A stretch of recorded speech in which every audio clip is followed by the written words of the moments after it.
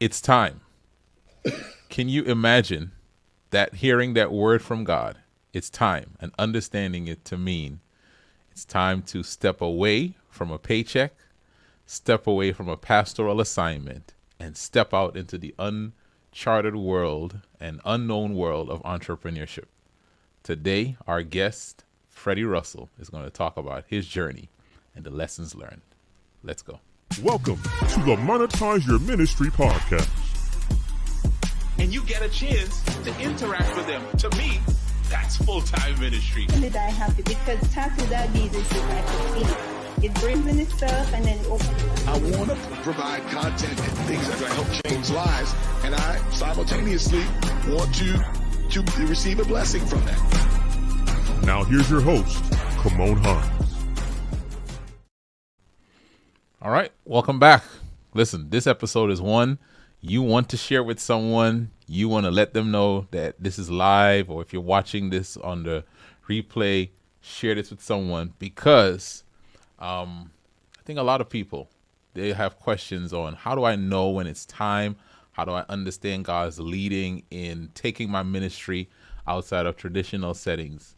And I believe this episode will answer some of those questions. All right, listen, make sure you subscribe, make sure you're sharing it. And our guest today is Freddie Russell. He is the principal and founder of the True North Leadership Group. Freddie, welcome to the podcast. Hey, come on. Welcome to you into my office. So I'm glad to be here today. Yes, sir. Yes, sir. Freddie, you look very dressed up today. Is this how our principals and founders of leadership groups, is this how they dress? Well, those who are trying to fake it till they make it, yes, this is what we do. I was trying to look nice for you today and clean up, but I see that you are dressed down. On this Juneteenth day, I think it is. Yes, sir. Yes, sir. But my wife got this for me, and I decided to wear it today. Yes, sir. Yes, sir. I just got out the T-shirt before I put this on. Yeah, trying to look decent for you. Come on. Yeah, you know, I saw for my job that I do, one of the things I have to dress in polos and shirts and stuff. But one of the things I don't want them to ever ask me to do is to stand up, you know, because I'm usually wearing like pajamas or shorts and that kind of stuff. So at least I know you look professional there, but I'm not going to ask you to stand. Yeah, I'm not going to ask. So for those who may not know you, just to give them a little bit of background, Freddie, tell people how long you served and in some of the offices that you served in as a paid minister. Let's kind of give our viewers, our listeners, just a little bit of background into your journey of serving as a church leader. Well, I served in vocational ministry for about 37 years. I started at 21 years old, and I served as a pastor in very small churches to very large churches. Also served as a denominational executive. Also led professional conferences for pastors, and so it's been a pretty eclectic background, to say the least. And I've enjoyed every step of the journey thus far. Yeah. Now, for those who don't know, Freddie has just been influential from his own work that he's done and the impact you've had on members, but also the impact you had on fellow ministers and shaping them through the conferences that you led, through the work that you did at the different churches that you led, that other pastors came in. Wow, we want to see what you're doing. And then as an administrator, how you led a particular area. And so, Freddie, as we talked about before we even came live, 2018 made a very big move, right? After you said 37 years to step out and to make this step. You talked about with me those words. It's time. Give our viewers some background on what even helped you to know this was the right time to make a move after 37 years. That's a full career for a lot of people. Yeah, I have been training leaders for most of my career, even as a church pastor. Started locally, poured into the leaders of my local churches early on. Then I went regional, then I went national, then I went international. And even as a pastor, I was dipping in and out of opportunities. They were sporadic of training leaders in the corporate, academic, and healthcare context as well. I always knew that eventually I would do this full time. I just didn't know when. And back in 2016, I was ministering in Philadelphia, Pennsylvania, and it was a Monday morning. And early that morning, I was in worship. And in the midst of that worship, I heard God unmistakably say to me, "It's time." And I knew exactly what he meant because it had been in the flow of my prayers all along. And so it drove me to my knees. God took me to the word to confirm it that morning in Genesis 12. The remainder of that week, I was able to speak to my father in ministry, who was the Pastor Bear Black, chaplain of the U.S. Senate. In fact, I went down to D.C. And just sat in his office. We processed this through. My wife was unflinching, where she says, "I believe this time. And I've been waiting for this." And at that moment, that I knew that one of the things you got to have is a spouse who supports God's vision for your life. And she was unflinching and unreserved, excuse me, in her approach and her support. I talked to my kids. My kids were young adults, and they also affirmed it as well. But with Chaplain Black, I went to D.C. the Thursday of that same week, went up to Capitol Hill. He picked me up at the train station there at the bottom of Capitol Hill at Union Station. This was August of 2016. There was a recess in Congress, the House and the Senate. Went into the inner sanctums of his office, which I always enjoy because we have some of our most in-depth conversations back there. And I explained to him this journey. He then shared with me his journey, which was the same. His was leaving the frontline church as pastor to become a chaplain, which he had no encouragement. There was no one in the bleachers that was cheering him on. In fact, those who he looked for support and his older colleagues were really discouraging him not to do that. And he said to me, "Freddie, if I did not make that move when God told me to do it, we would have never had a Black person who was the chief of naval chaplains. Neither we have now the longest serving chaplain in the history of the U.S. Senate who happens to be Black." He says, "Look at what God has done." And he says, if you're waiting for validation from the bleachers, it's not going to come. You got to follow what God told you to do and to allow God to order your steps. Well, that was good for me, but my faith was fragile because it's difficult to walk away from a paycheck, especially you got kids, you got a family, you got a mortgage. And I didn't know where any of that was going to go. And yet the Lord said, do it. But for 2 years, I sat on it to the point, come on, where God got very silent with me. He was no longer bringing it up to me. And then early one morning in March of 2018, I was in worship in this same room right here. And the Lord said to me very clearly, "Freddie Russell, you're not waiting on me. I'm waiting on you." And within 2 days, I went and I began to execute the transition out of full-time vocational ministry into what I'm doing right now. And I've never looked back. I've never second-guessed it. And I have to say, I've enjoyed every step of the journey thus far. I love it. So, Freddie, as you said that, I love the key words that you're using, vocational ministry, right? Because as I listen to you and as we've talked, it's clear to me that you haven't left ministry, but it may not be clear to others. So what would be your response to someone? And you can also put in your definition of ministry here if you'd like. Someone says to you, "Well, Freddie, you left ministry 2018. What would be your response to them?" I will say all I've done is transition to a different ministry because your whole life is defined by serving the kingdom, by serving God. And whatever you're doing, it is ministry. This is taking me away from the day-to-day pastoral ministry, and now I serve and I minister to leaders in various contexts around the world. So the ministry has not pulled back. It has actually expanded into another whole context that I never thought I would be. Yeah. So the So, ministry good. continues. Yeah. Yeah. Because, I mean, anyone who knows anything about you knows that your life is about ministries, about serving others. I mean, when I call you on the phone or others call you and you are talking to us, that's ministry, right? That is you serving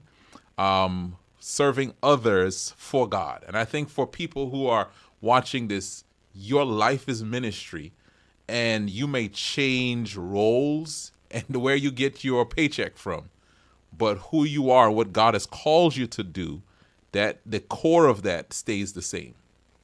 Absolutely. Absolutely. Yeah. It does not shift because when you are born again, when you receive Christ as Savior, there is a call over your life. It's not always, and the call is not restricted to being a pastor.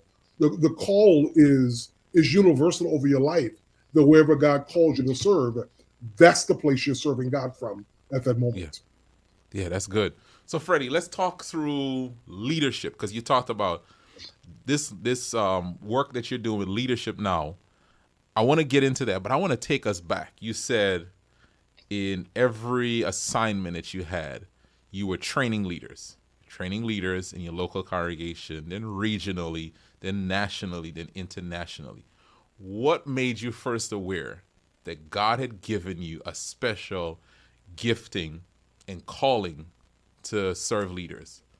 That was almost an emoting process for me. What I mean by that is that when I was a very, very young pastor, as I told you, I started probably too young in pastoring. 21, right? 21 years old, 4 years out of high school. In fact, my first youth group in my first church were really my peers. They were only 3 years behind me. And so I've grown up with my members, literally. Yeah. About the third or fourth year in ministry, I had a chance to be exposed to a guy named John Maxwell, who at that point was evolving into the guru of leadership in this country. And he was hitting on all cylinders. And I had a chance to go sit with several thousand other pastors in a huge auditorium. And he was on stage training leaders. And the bug bit me right then and there. I tested positive right there, where I said, I want to do this. Lord, this is what I want to do. And I didn't know where to start at. And so where I started is that same year, I took my leadership team on a retreat, a weekend retreat. We left on Saturday morning. We drove out to the retreat site. We did all day Saturday night, stayed Saturday night, and broke camp about midday on that Sunday. I pulled from every source I could pull from, putting it together. I'm sure I plagiarized everybody's stuff. I plagiarized in Jesus' name. How about that? I just pulled from everything, and I just began to pour into those leaders, and there was a strange calmness that I had found my sweet spot during that weekend, and the affirmations after that really validated what had happened. The next year, I did the same thing, and then a leader, major national leader, heard me, and he opened the door for me to do some things regional, and then opened the door for me to do some things national. We always have I think all of us have patron saints who open doors for you that you can never open. They see something in you. This guy saw something in me. He's dead now. And he opened the door. And when he opened that door, especially on the national stage, I never looked back, because opportunity after opportunity came. I began to have a chance to travel literally the world for our particular faith community. And I have taught leadership on every continent in the world except one, and that is Antarctica. And I do plan to teach the penguins someday. I know they need leadership. There you go. Somebody got to get them in line, Freddie. Somebody got to get them in line. black and white sameness they had, not Yeah. enough. But I got a chance to dip into every culture, training leaders. And I was not training frontline leaders. I was training major church corporate leaders around the world. And that just took me to a different level, because then when I was pastoring in Baltimore, I had my first opportunities to step beyond the church as a pastor. And I began to teach in the Johns Hopkins University Leadership Development Program for both the medical center and the university. And I looked up and I got top-notch folk sitting in my class, and I can't believe it, that I'm sitting in that moment. But all that served as was another installment of the validation of God that he was ordering my steps. I didn't know where it was all going. I just knew that what I was doing, eventually, I would do it full time. And I prayed about it, didn't know the opening, did not know how God would do that. But, if God be for you, then game over. At that point, because he will choose the timing strategically on opening the doors that he wants to open. And in fact, he did that. And I am just profoundly grateful for the path that God has set my life on. Yeah. Freddie, well, that John Hopkins, I'm glad you mentioned that, because I was going to ask you, what was the first opportunity outside of the church world, right? How did you get it? And then how did you feel? Because for a lot of us, we may feel, I don't have the qualifications. Who am I to be in this room, right? So how did you get that opportunity? And how, just kind of talk us through your mindset going into that opportunity and processing that. Well, ironically, one of my members was the admin assistant in that program. And she recommended me over to them because she had heard me do some things as well. I went and sat with them, outlined what I could do for them. And for only reasons that God would know, they took a favor to me, trusted me. I came off halfway credible, I think.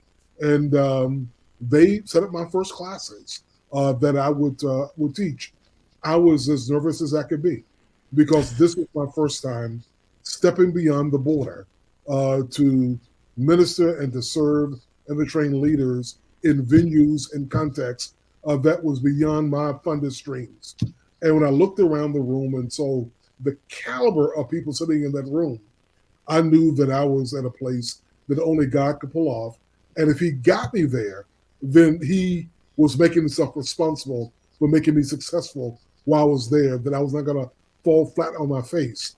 It did mean that I had to up my game in terms of my preparation. I think my friend and our friend, Pierre, uses a term that I've now adopted. I was doing it, but now he gave the language to it.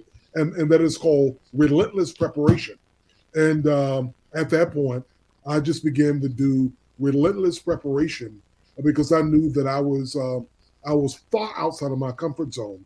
But yet, when God gets you there, he makes your uncomfortable zone your comfort zone in time. But what he also does, he does in such a way where you are fully dependent upon him. He's not going to let you get out there, get crazy, get arrogant, think it was you, because he would take you down in a moment. But I just leaned into God, and I would get there early and just pray over the room. I was dealing with technology I had not dealt with before, and I would just saturate the place with prayer. And by the time the folks started coming in, I knew that God had the room, and I was going to be okay. Wow. Freddie, so interesting you said that, man. You just, like, if for anyone, you're listening to the Monetizing Ministry podcast, you might have a question, man, do you lose your heart for ministry? You're out there in the marketplace. Listening to you, man, you are praying in rooms before people get in there. You are depending on God. I almost feel like for a lot of us, our prayer life, our spirituality, our faith is even taken to a deeper level when we are out there in the marketplace and doing the things that God has called us to do. It's not a lessening of faith, it's a deepening of faith. It's something I want to just point out. Well, absolutely, absolutely. Because you're 100% dependent upon God. Yeah. You can't pull it off, and unless God is leading on this, you are for certain are going to crash and burn out there, Yeah. because you are doing a high wire act without Yeah. a trampoline, a safety net That's right. under you, Yeah. because you are brand new at this. Yeah. You don't have enough hits at the bat in order to Yeah. recognize all the pitches. So it's got to be God Yeah. that has to up your game, even take your game to a different level. While sometimes I've been in rooms sometimes, and the Lord is working so powerful out of my inexperience that I literally have felt at times that I'm having an out of the body experience. That I'm watching God speak through me and talk through me, and I'm saying, "Who is this guy?" Yeah. And that's what I know. I said, "God, you got the room. You got Yeah. this." And I just went Yeah. on for the ride on some Yeah. days, because it was nowhere in the world what was coming through my lips was mine. It was all God, man. Yeah.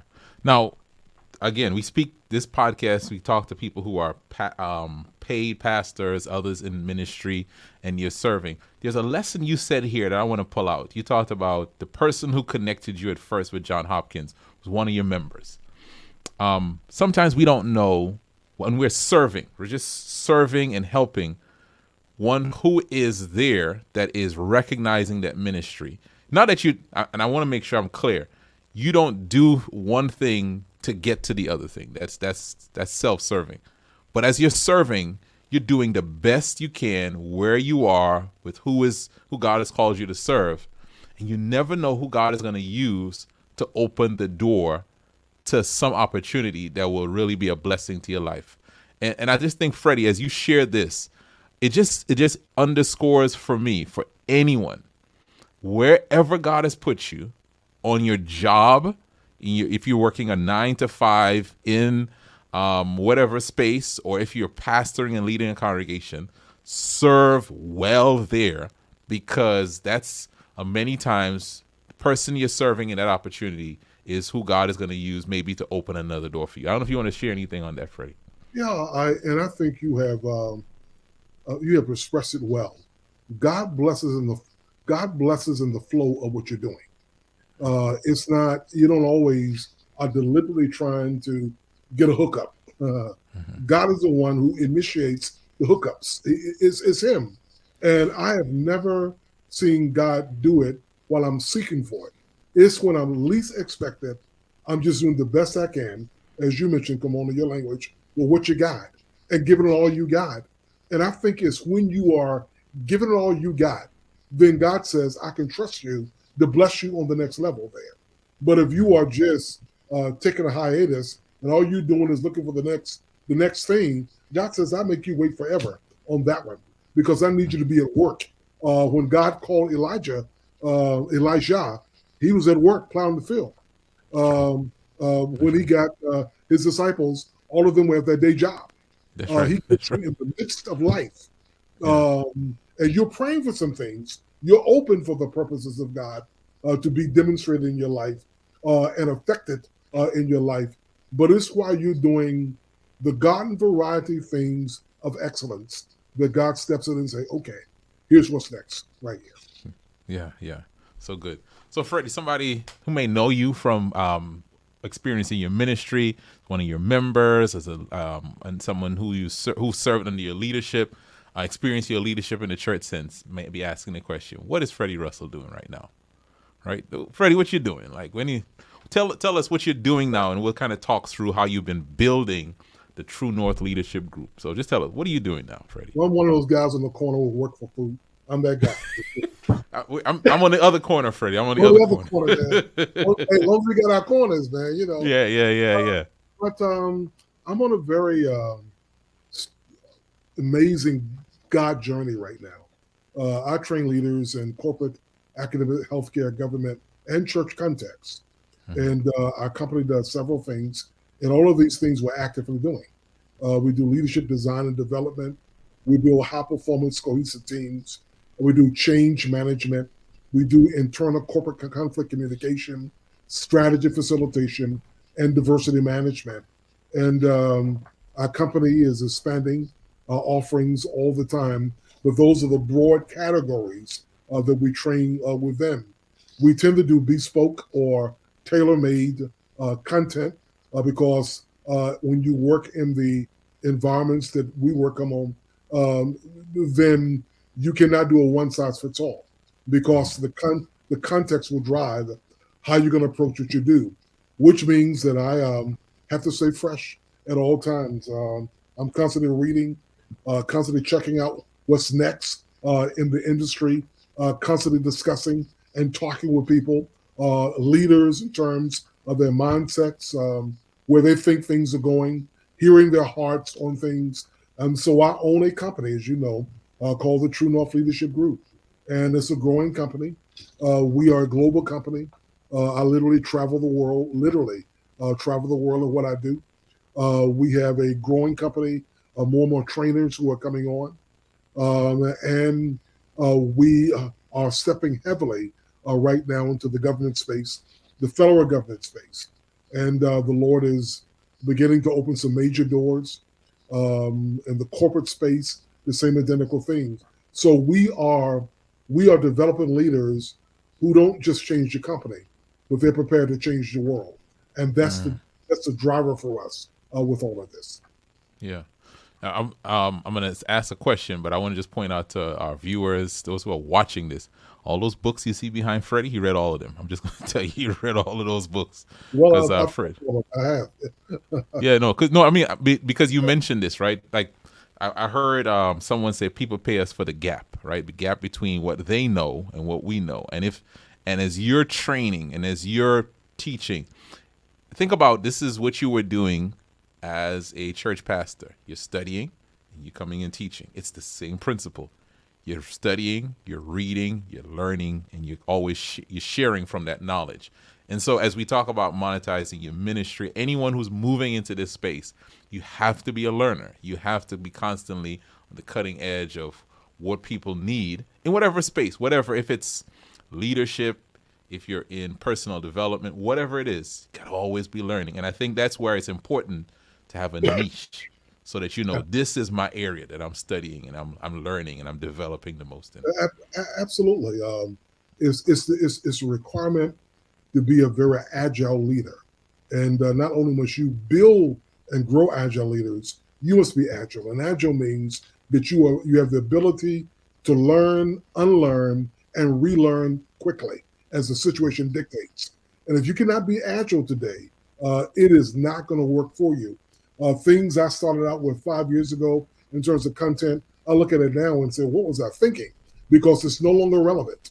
It's no longer apropos because things are changing at such a rapid pace, albeit when it comes to leadership development, there are some core things that will always stay firmly in place. But how you express it, how you talk about it, the subject matter is constantly proving the need to be adaptable and to go where people are in terms of what you're talking about at that point. Yeah. So, Freddie, you mentioned healthcare, corporate, government, and the religious space. Those are four spaces. I may have missed another space. That's academics. Academic. Okay. That's a lot of people will tell us niche down.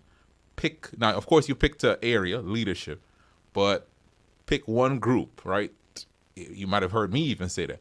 But there has to be something in common. What's in common between the spaces and the areas that you operate in, that True North group, leadership group? What is the common thread, and is there any common thread to what you were doing before? Let me say it in three things. From the broad is that in each of those contexts, you're dealing with leaders. Okay. And even though there are some contextual things, leadership is leadership. And so there will be a lot that will be cross-pollinated into each of those sectors. That's number one. Number two is that the common driver of what I do that flows through everything is this thing of character-based leadership. Now that I will talk about it in various ways, but even as I talk about content in a broader way, I'm going to flow that through there, through what I'm talking about, because the great weakness in leadership today is the absence of integrity in so many leaders. They are, it's what David Brooks, who is a columnist in New York Times, in his book called Character, his basic bottom line is that character matters. When it comes to leadership, that is even more the case. Because if you jack up in your character, then you're not only going to hurt yourself, you're going to hurt the organization as well. And we see that so graphically in the broad political front across the world, where you have leaders who have zero character, and they are jacking up their countries. And it's happening in corporate, academic, healthcare, and church as well. So that flows to what I'm talking about. Because I'm often in non-church settings overwhelmingly, I'm using language that is not the language of the church, but I'm dropping the values of the scripture all the way through because I'm a believer. They just don't know where I got it from. But I'm dropping the values of the scripture, and that's why you have to learn what English and language to be able to say it in a way that it moves the room, but yet it's not overtly demonstrating biblical or trying to get the impression that anyone that you're trying to proselytize in any way. So that character runs right through. And the third thing with all of that is that I'm passionate guy for leaders. I want to see leaders grow. I don't care where you are. Now, when I'm in a room full of leaders, all my endorphins go off. Everything about me kicks in when I'm in a room full of leaders. There is no better place to be at in life than a room full of people who are leaders, and they think like leaders, and they are leaders. So there is some reciprocity I receive from that process just by hanging out with leaders. And you can hear this, the passion that you have, Freddie, for leadership. It's a God-given passion. It's one where wake you up in the middle of the night, or for a lot of us, what's the middle of the night for you is because, you wake up at dark 30.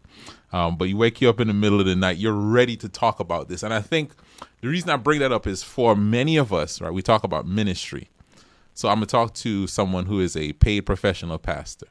Yes, there's a lot of stuff you have to do, but there's something that you're as passionate about, some area that you're as passionate about as the passion that you're hearing from Freddie. And I just believe that one of the things that God is calling more of us to do is to take that thing and move it out into the spaces that people aren't hearing those messages. They aren't hearing those messages. And it's contextualizing it, yes, but it's also understanding that the reason you have that passion is because God wants you to fill a need in this world. Well, absolutely. I just second that as you speak to the broader audience here, is that what drives you, or how does Colin Powell put it? His passion is a force multiplier. It really is, and you can't come at life unless you are driven by an internal passion. And passion is not excitement. Passion is not trying to geek yourself up. Passion is that deep internal driver that propels you forward to do what you do and what you like and what you love. And once you have focused and zoned in on what you love, nothing distracts you. You're single-minded, or as Paul says, this one thing I do. I think it becomes a funnel. You funnel into where God is going to say, "Hey, this is you right here. This is why you were called to the earth, right here." That's good. Now, Freddie, you're passionate about leadership, but you're a business person. You're a business person as well, because I listen to you talk. You're using the words "we" now, right? Like, this ain't just Freddie over here doing something. You're building something, and so maybe there's somebody who is building some business, and this may be part-time, this may be full-time, someone thinking about a business. I want to ask you this. The True North Group, you've been doing this full-time for about 5 years, but you were doing it before that. What are some of the lessons that you would say, I wish I could tell Freddie Russell this 5 years ago? some business lessons you've learned in the process of building, monetizing, growing this business? Sometimes in building a business, it's not always straightforward. There is no fundamental step by step. There's almost an opaqueness to it as well. It's not always clear what you should be doing. So if I can go back and speak to the Freddie Russell 5 years ago, and I think that's the question that you're asking me, I would have a lot more conversations on how to market the business. I will have a lot more conversations on how to develop what your price points are going to be, because I was coming from a world of honorariums, and it's a different world of honorariums. And this, you discover about 2 hours into it that you can't live on an honorarium. It's got to be a bit more. But I was uncomfortable in knowing how to set a price point and how to not to undervalue myself and not to overvalue myself either. I didn't know how to establish that. And so I did a lot of fits and starts. I blew a lot of early things because I didn't know how to talk about the money part with this. I would have a coach or someone, a Kamon, who only discovered later, we had some conversations, how to do that, because that was not part of my wheelhouse of doing that. I go in and the church said, we give you $150, to do this, or they give me $500-700, and I think I hit the lotto at that point. And yet the business I was in, it's thousands of dollars per day. Yeah. And I was not prepared to ask that, even though I was worth it with what I was bringing. So I would need some help there. And knowing I set that early, which I did not know. I think if I go back to the Freddie Russell, I would even be deeper on my knees at that point, making sure that I'm asking what Solomon asked for. God, give me wisdom. Because when the anointing gets on you, God gives you wisdom beyond knowledge. He gives you skill beyond your abilities. And he does some supernatural stuff. And I now try to stay in the realm, and I don't want to sound mystic here, but I stay in the realm of the supernatural because I believe that God can do anything. And I believe that there are no limits that God places on me. I think Mark Batterson, in his book All In, says that our biggest problem is our small view of God, that there's no limit to God's power. And I was stepping into this, and I was disbelieving what God could pull off. Yeah. And it's only when I began to kick in that I knew how to ask for what I needed. I knew how to frame it. I knew how to come at it, as opposed to naming the figure right off. I learned to ask when folks said, "What do you charge for this?" My first question was, "What is your budget?" That's good. To allow them to tell me what the budget was. Sometimes they'll say, "Well, we don't have a budget. What is your rates?" I said, "Well, I prefer to work off of some framing where you are first, because sometimes what they want to offer was larger than what you're going to put out there." And because I'm coming from an honorarium community, I had to learn that. And if they insist, then I do have a daily rate that I charge, and I've had them negotiated a couple of times. Most times, folks take my daily rate and go with it. Now, just a corporate client I just closed on last week. They wanted to negotiate, and I just explained to them that the rate I'm giving you, and I'm able to talk about this now, I was not this articulate 5 years ago, is that you're not just paying for the service of that day or two. You're paying for all of the preparation, all of the time investment that has gone into this. And I just began to list the things in the contract that this is what goes into this price right here, which begins to settle folk down at that point, because you're dealing with business. They're going to always want to negotiate you down. But again, I'm finding more and more businesses, if you bring value to the table, they're going to take it. I had a corporate client on the West Coast, and they get down to the price point. I'm online with them, with their CEO of a massive company. And she says, what is your price point with this? I says, what is your budget? She says, we don't have a budget for this. What is your price point? And I named it. She says, okay. And we got off the phone. I said, man, I settled too low. On that. I should have been a lot higher for that. But the fact is, I was comfortable in that the process worked. And I was so grateful to the Lord. Now, my price points are pretty significant now, where they are. But I have learned what I didn't know 5 years ago. Here's the final one, is that when you get a fish on the hook, and I say that not pejoratively, but metaphorically, you don't want to lose that fish. And sometimes it's better to negotiate down if you have to, because if you do well, they call you back. As I'm doing for the company now, you come back at your regular price point. The thing is, I'm going to be as pliable as I can. And as one person said, we like how you came at this. You are a partner with us in trying to get to a price point. I'm learning to be as flexible as I can, because I'm not only wanting business for this moment, I want it long term as well.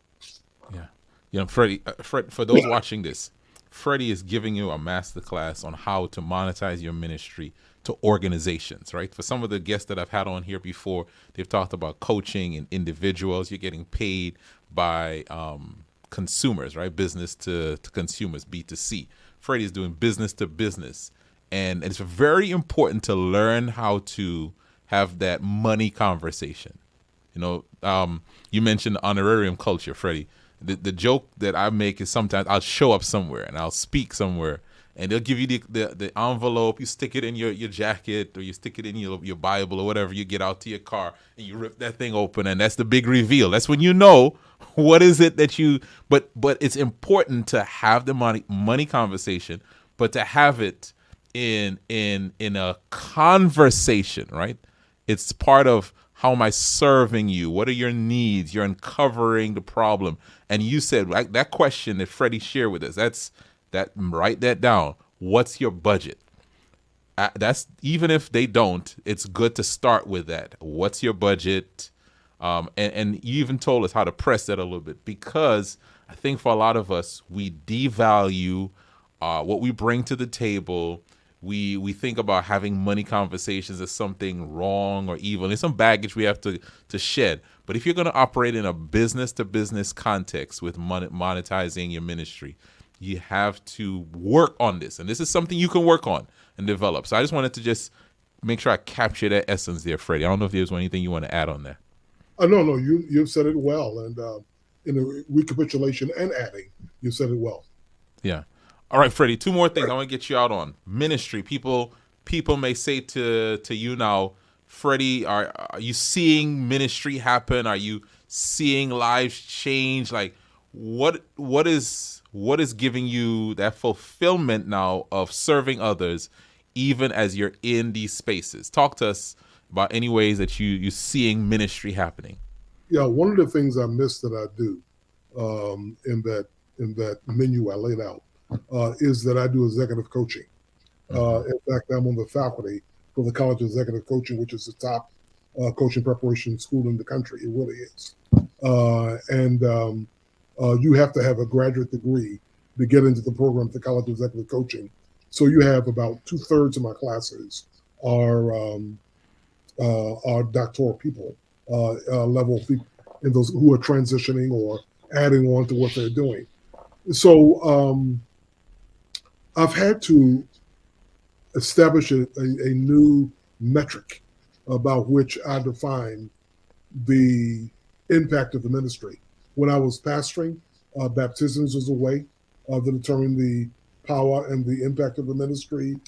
People coming to the Lord, all of those things were with metrics. I don't see baptisms in what I do now. My metric now is that the lights go on in a leader's head and they have an aha moment in the moment that's in the time they're spending with me. Where someone will come up at the end of the day and say to me, I don't know what it is about what you're talking about today. It's stuff I may have heard before, but there's something distinctly different. And I'm able to say, well, one of the things that I have learned as a leader, I don't know where you are with spiritual things or faith things, but I have a connection with God. And I believe that the Lord is working in my life. And the person would say, I could see there was something different about you at that moment, where a person in a coaching session will have hit a dilemma sometimes. And I have taken a risk, and I've said, do you pray? And they will say, I do. I don't do a lot of it. I said, in this matter that you're negotiating and navigating right now, would you mind if I pray over you right now? And they say, I don't mind. I says, because there are some things you have to go to God on, someone who's greater than you. And it's when you lean into the one who's greater than you, he does things for you that you can never pull off on yourself and on your own. And it's in those moments where you feel the inbreaking of the Holy Spirit. I'm almost in tears at this point when that is happening, and I can't show it, but I'm just saying, God, thank you, what you're doing in this moment. And I find in some cases, I'm doing a deeper level of ministry than I've done before, because it's more one-off, it's more personal. I'm taking the time to pour into a person, whereas I was communicating before just up front, and had Bible workers would do and the members would do the one-off stuff. But God is allowing me to do it in a whole different way, and I don't believe in grandiosity thinking. So what I'm about to say is absolute truth. I believe that God one day is going to allow me to speak to some of the highest people in this world, initially about leadership, but it will be opening the door to go deeper. Because remember, I'm serving God out there. I'm out there to build the kingdom, but God is using this prop in order to get into the door, in order to be able to do it. I led in the church. Now I lead on Mars Hill.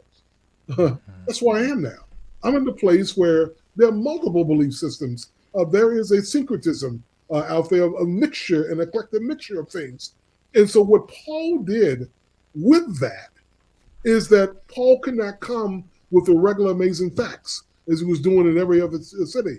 He knew he was now. In fact, I was just in Athens on Mars Hill 2 weeks ago, literally standing on Mars Hill and overlooking Athens. And I'm thinking, what is Paul thinking at this point in this rocky outcrop here where the Areopagus is there? And Paul, on the spot, knew that he had to come totally different. He had to speak the language of the people on Mars Hill. He had to speak their language, not the language of the church, because everywhere else he went, there was a small fledgling church. He could start with his base. But in Athens, man, it was a corrupt city. It was a godly, ungodly place because there were gods everywhere. When he walked in there, he was just one more guy pushing his God. He's just one more guy. And the question was, how do you break through? And that's my prayer every day is, God, help me to break through. On this Wednesday, I'll be with the legal team of a major corporation in San Francisco. I already know that I'm getting that early that morning. I'm going to pray over the room. I'm going to ask God to get someone saved in that room that day. And I don't know how God's going to do it. I don't know what he's going to do. I don't know if the spark is going to do it. But I know by the end of that day that God would have worked. Those are my metrics now. I love it. Freddie. Man, I knew this was going to be a powerful conversation. It's gone beyond what I even expected. This was for me, first of all, but this is for also someone else. There's something God is telling you to do, and you're wondering, how am I going to navigate this? How is God going to use me in a different space than the space that I'm accustomed to God using me? And you're showing us, listen, God has work for you. and God is going to use you, and God's going to even redefine what success is in that new space for you as you follow his leading. And I just want to just thank you, Freddie, for being obedient. And thank you for the affirmation. Yeah. Freddie, tell us how we can get in touch with you, follow the work you're doing, and maybe someone on here is, you're looking for a leadership coach or someone to come in and work with your team. Freddie, tell us how we can get in contact with you. Well, my website and all of the information is there. Website is thenorthgroup.org, and Kamon has it right there on the screen. Or you can email me at russell@thenorthgroup.org. Russell, that's 2 S's, 2 L's, at thenorthgroup.org is where I'm mostly directly to be contacted. And one of those sources, just hit me up and let's talk if we need to. Let's go. Freddie, love it. Those of you on here, listen, you got something. God has given you a ministry, and that ministry, someone needs it, and someone's need it, right? And as you follow God's leading, he's going to connect you to the right people. That's right. Y'all take care. That's right. Thank you for listening to the Monetize Your Ministry podcast with Kamon Hines. For more information, visit our website at www.monetizeyourministrypodcast.com. That's www.monetizeyourministrypodcast.com. Find us on YouTube, Spotify, and Apple Podcasts. Please share this episode with someone who needs it.